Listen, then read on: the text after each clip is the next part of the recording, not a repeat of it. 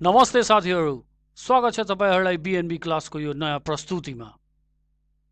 सुरु गर्नुभन्दा पहिला यदि तपाई नयाँ हुनुहुन्छ भने कृपया हाम्रो च्यानल सब्स्क्राइब गर्नुहोला र बेल आइकन प्रेस गर्नुहोला। अर्को महत्त्वपूर्ण सूचना, कृपया यो भिडियो पुरा हेर्नुहोला अनि मात्र तपाई यो विषयवस्तु सम्पूर्ण रूपले बुझ्न सक्नुहुनेछ र तपाईले भिडियो पुरा हेर्नुभयो भने हामीलाई पनि मद्दत हुन्छ। त्यसैले कृपया यो भिडियो पुरा हेर्नुहोला। सुरु गरौँ। आजको हाम्रो टपिक भनौँ या आजको हाम्रो भिडियो चाहिँ पुनः पुरानैको एउटा पुरानै भिडियोको चाहिँ निरन्तरता हो। नेपाल बैंक लिमिटेडको पुराना क्वेसन र एन्सरको भाग 2 लिएर हामी प्रस्तुत भएको छौँ।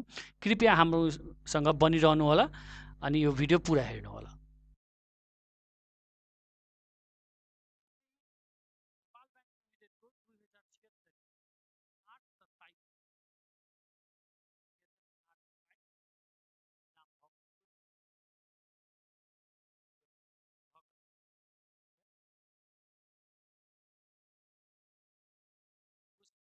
What is meant by export the context of what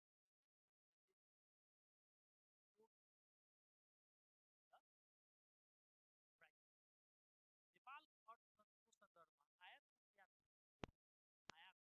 र निर्यात बढाउन के उपायहरू छ, यो कुरा चाहिँ हामीले लेख्नु पर्नेछ। अब सुरुमा हामीले परिभाषा लेख्नु पर्यो है, एक्सपोर्ट र इम्पोर्ट। अब हेरौँ, मैले यहाँ हामी के लेख्न सक्छौँ। In simple words, exports are goods and services that are produced in one country and sold to buyers in another. आयात वा निर्यात भनेको के हो?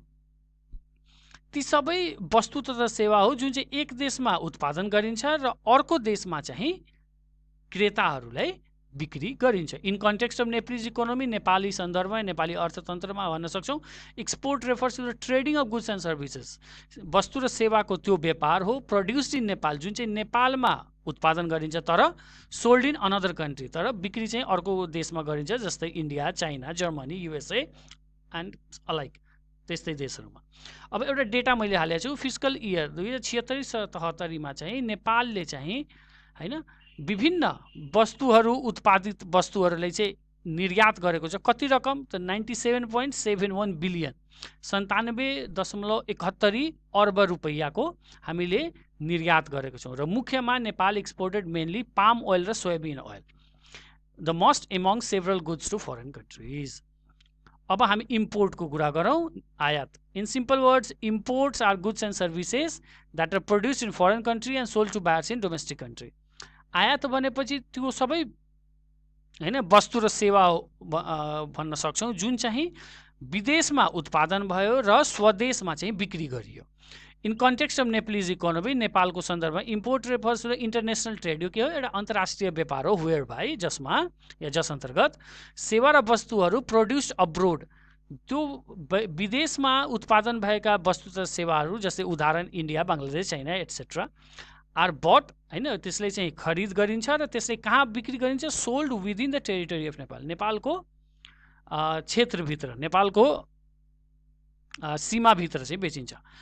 आर्थिक वर्ष 76-77मा नेपालले चाहिँ कति वस्तु आयात गरेको थियो भन्दाखेरि हेर्नुहोस् है, कति ठुलो रकम छ। 1196.80 अर्ब हामीले एक्सपोर्ट गऱ्यौँ, जम्मा 97 अर्ब, अनि इम्पोर्ट गऱ्यौँ हामीले 1196 अर्ब।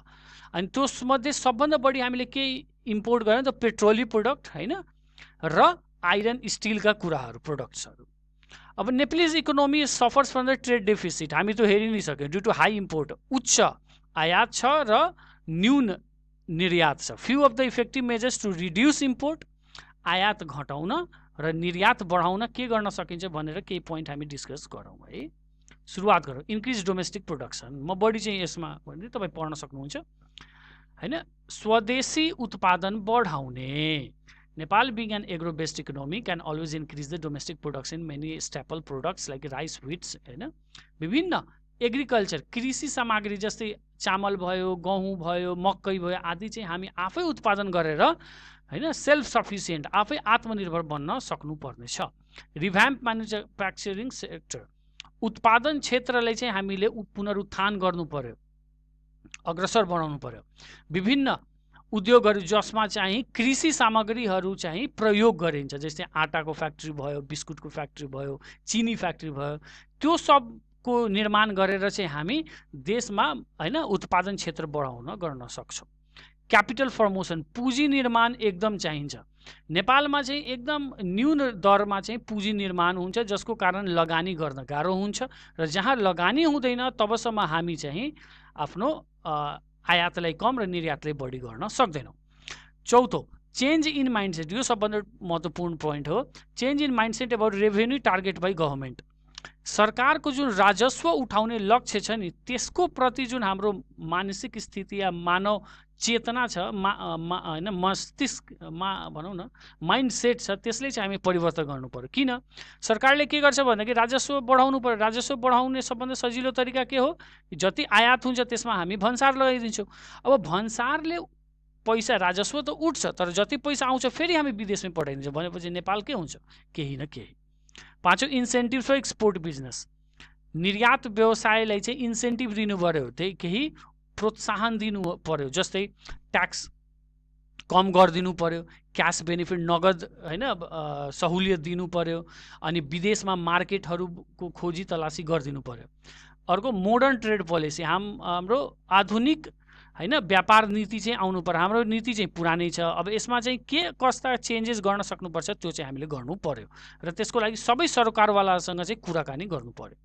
बाइलेटरल एग्रिमेन्ट्स हैन, बाइलेटरल द्विपक्षीय सम्झौता गर्नु पर्यो। त्यो देश जहाँसँग हाम्रो ट्रेडिङ छ, व्यापार बढी छ, त्यहाँ चाहिँ लेटरल एग्रिमेन्ट गरेपछि हामी चाहिँ के हुन्छ, हामी डाइरेक्टली कन्सेसनमा ट्याक्सेसन नलगाई चाहिँ आफ्नो सामानहरू, आफ्नो वस्तुहरू चाहिँ निर्यात गर्न सक्छौँ। अर्को, अदर सजेस्टिभ मेजर्स, अझ के हामी गर्न सक्छौँ भने त्यो मुख्य पोइन्टहरू थियो। अब यस अलावा पनि हामी केही पोइन्ट यहाँ लिस्ट आउट गरिसकेका छौँ। Improving confidence in domestic product, हामीले स्वदेशी उत्पादनमाथि चाहिँ आफ्नो भरोसा देखाउनु पर्यो। हामी भन्छौँ यो स्वदेशी प्रोडक्ट राम्रो छैन, विदेशी प्रोडक्ट किनौँ। अर्को, क्वालिटेटिभ डोमेस्टिक प्रोडक्ट पनि त आउनु पर्यो, गुणस्तरीय स्वदेशी उत्पादन आउनु पर्यो। Becoming partner members in regional trade conventions, हैन क्षेत्रीय व्यापार सन्धिहरूमा चाहिँ लाग्नु पर्यो। हाम्रो एम्बेसी र फरेन मिसनलाई चाहिँ भन्नु पर्यो कि नयाँ बजार खोजी गर्नुहोस्। अर्को, हामीले चाहिँ नयाँ एरियाहरू ल्याउनु पर्यो कि जस्तै एजुकेसन टुरिज्म भन्छौँ हामी, शिक्षा पर्यटन, एडभेन्चर टुरिज्म, हैन हेल्थ टुरिज्म, स्वास्थ्य पर्यटन आदि कुराहरूले चाहिँ हामीले प्रोत्साहित गर्नु पर्यो। फ्याक्ट्री सरकारले आफै बनाउनु पर्यो के, तर नेपालमा त उल्टो छ, जति सरकारी फ्याक्ट्री सब बन्द भइसकेका छन् या भइरहेछन्।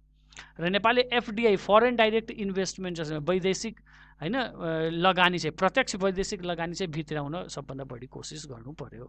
अब यो चाहिँ लास्टमा एउटा सानो कन्क्लुजन छ जुन तपाईँ पढेर बुझ्न सक्नुहुन्छ। अब अर्को क्वेसनमा जाउँ।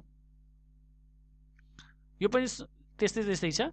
Despite huge resources and potentiality in Nepal, why has Nepal not achieved expected economic development describe. नेपालमा प्रशस्त स्रोत साधन र सम्भावना हुँदाहुँदै पनि नेपालले किन आशातीत रूपमा आर्थिक विकास हासिल गर्न सकिरहेको छैन, गरेको छैन, वर्णन गर्नुहोस्। इट इज अनफर्चुनेट, यो दुर्भाग्यपूर्ण छ, to observe the despite huge resources and potentiality in Nepal we have not achieve the economic.